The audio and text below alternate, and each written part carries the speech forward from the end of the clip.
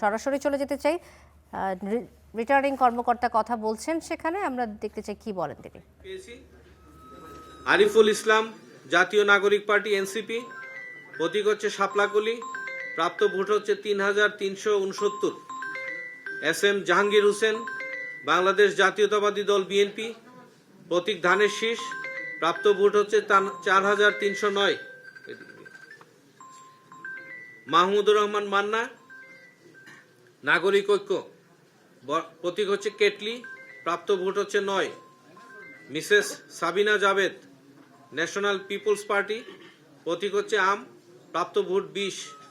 মোহাম্মদ আনোয়ার হোসেন, ইসলামী আন্দোলন বাংলাদেশ, প্রতীক হচ্ছে হাত পাকা, প্রাপ্ত ভোট ১৪২। মোহাম্মদ ইসমাইল হোসেন, স্বতন্ত্র, প্রতীক হচ্ছে হরিণ, প্রাপ্ত ভোট হচ্ছে ৪৬।